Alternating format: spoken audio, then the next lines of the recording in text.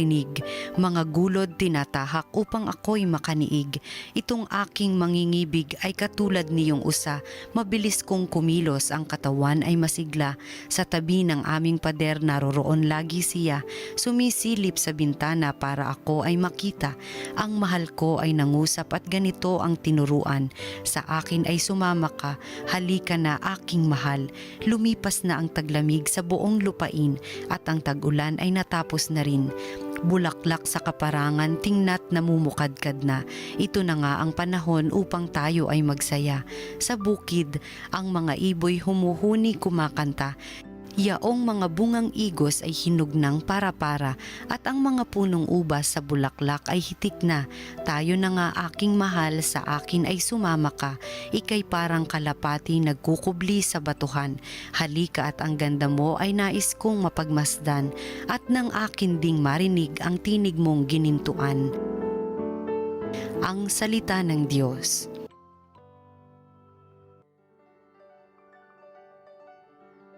Panginooy papurihan ng tapat niyang sambayanan.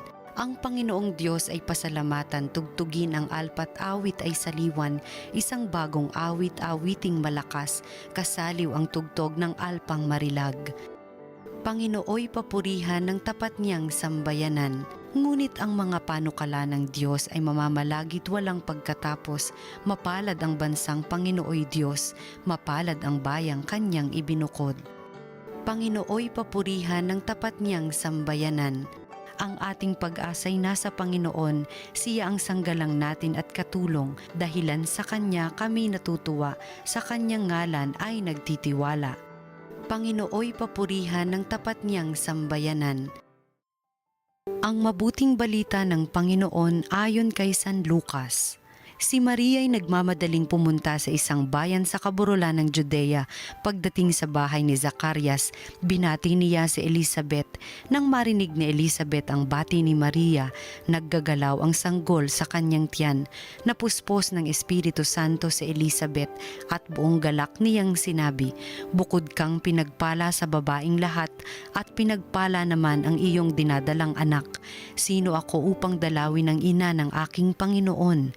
Sapagkat pagkarinig ko ng iyong bati ay naggagalaw sa tuwa ang sanggol sa aking tiyan. Mapalad ka sapagkat nanalig kang matutupad ang ipinasabi sa iyo ng Panginoon." Ang mabuting balita ng Panginoon. Pinupuri ka namin, Panginoong Hesukristo.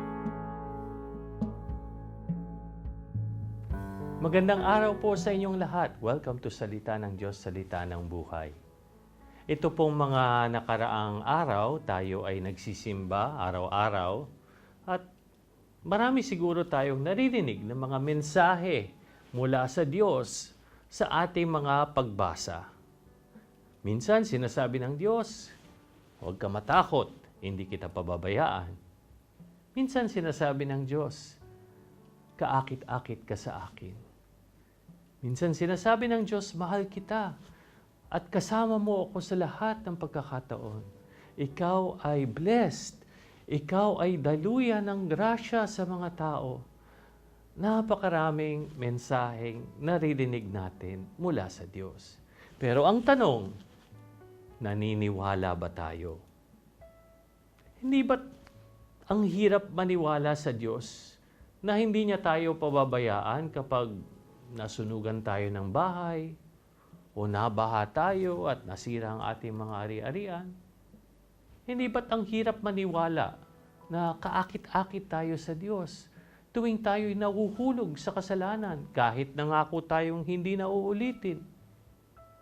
Hindi ba't ang hirap maniwala sa Diyos na kasama natin siya kapag nasa ICU tayo dahil sa malubhang sakit at hindi man lamang mapuntahan ang ating mga kapamilya? Hindi ba't ang hirap paniwalaan na tayo'y pinagpala ng Diyos kung wala naman tayong trabaho, wala pa tayong jowa, kaya malamig ang Pasko? Mga kapatid, mahirap nga paniwalaan ang mga salita ng Diyos, pero hindi imposible. Ang kailangan lamang ay pananalig, faith. Masdan natin si Maria. Nung binisita siya ng Anghel Gabriel, Ang daming sinabi sa kanya. Madali bang maniwala na siya ay kalugod-lugod sa Diyos? Gayong wala naman siyang nagagawa pang pambihira sa kanyang simpleng buhay. Madali bang maniwala na maglilihi siya gayong hindi naman siya nakipagtalik kanino mang lalaki? Madali bang maniwala na ang kanyang anak ay bibigyan ng trono ni Haring David? Na siya ay magiging hari at ang kanyang paghahari ay walang hanggan? Madali bang maniwala na bababa sa kanyang Espiritu Santo kaya't ang kanyang anak ay banal at tatawaging anak ng Diyos? At madali bang maniwala na ang kanyang pinsang si Elizabeth na higit 80 years old na at baog ay nagdadalang tao at 6 na buwan ng buntis? Ang sagot sa lahat ng tanong na ito, of course not. Ang hirap kaya paniwalaan ng Diyos. Kaya nga sinabi ng anghel, sapagkat walang hindi mapangyayari ang Diyos. Sa madaling salita, ang sinasabi ng anghel, kahit parang imposible, maniwala ka na lang dahil walang imposible sa Diyos. At ano ang tugon ni Maria? Sabi ni Maria, mangyari sa akin ang iyong sinabi. Balikan natin ang ating ebanghelyo. Nung binisita ni Maria si Elizabeth, agad-agad sinabi ni Elizabeth, bukod kang pinagpala sa babaeng lahat. At binanggit rin ni Elizabeth ang dahilan ng pagpapala ni Maria. Anya, mapalad ka sapagkat nanalig kang matutupad ang ipinasabi sa iyo ng Panginoon. Ano ngayon yung punto para sa atin? Ang taong naniniwala sa Diyos ay ang siyang pinagpapala ng Diyos. Kamakailan lamang may nakakwentuhan akong lay minister, no? Kinuwento niya at ng kanyang asawa sa akin na kamuntik na pala siyang mamatay. No? Pinakita pa nga niya sa akin yung kanyang mobile phone, yung picture niya nung siya ay nasa ICU at nung nakita ko yung picture talagang hindi ako makapaniwala na siya yun kasi dun sa picture ay sobrang niyang payat, maitim, alang nakakatakot tignan. Pero ngayon, mukha siyang malusog, maaliwalas ang mukha. Ano? So, tinanong ko kung anong nangyari at paano siya nakabangon, nakasurvive. No? So, sabi nilang mag-asawa, Father, miracle talaga yung nangyari. No? At kinuwento nila, no? Kasi itong lay minister na ito, may sakit sa bato at sumuko na yung kidney. Talagang hindi na kaya. No? At walang ibang pag-asa kundi makahanap ng isang kidney donor na sana ay magmamatch sa kanya. Kaso lang, lahat ng donor ng kidney ay rejected, no? Mismatch. At naging critical na ang kanyang kondisyon. Nagdesisyon ng kanyang asawa na magsimba isang araw doon sa Padre Pio Shrine. At habang nagsisimba, yung gospel ng araw na iyon ay tungkol sa pagpapagaling or healing. Kaya agad-agad na dinasal ng asawa niya sa Diyos. Sabi ng asawa, naniniwala ako na pagagalingin mo, Lord, ang asawa ko. Naniniwala ako sa sinasabi mo sa Ebanghelyo. At humihingi rin ako ng tulong sa iyo, Padre Pio, sabi niya.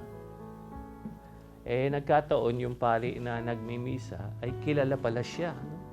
So habang mag-holding linas sana yung pari, nakita siyang nakaupo doon sa unang pew at bigla siyang tinawag. No? Sabi sa kanya, halika dito. Nagulat siya. No? Sabi sa kanya, magbigay ka ng sharing. No? Kasi alam ng pare na maraming pinagdadaanan yung mag-asawa.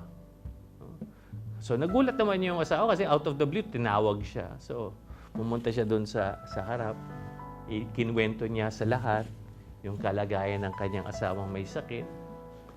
At sinabi niya na ang tanging nagbibigay lakas sa kanya ay tiwala lamang sa Diyos. Pagkaraan ng ilang araw, no, may tumawag sa mag-asawa na nagsimba sa misa na yun. Talagang hinanap yung kanilang contact number. At nung nakausap sila, sinabi na meron kasing nagvo-volunteer maging kidney donor nung nalaman ang sitwasyon nila. At alam niyo po, perfect match yung donor na yon at yung pasyente. So, naopera, naging successful ang kidney transplant. At dahil ang mag-asawa ay nagtiwala at naniwala sa mga salita ng Diyos, sila'y pinagpala. Kaya ngayong Adbyento, magandang tanungin, ano ang mensahe na ipinararating sa akin ng Diyos?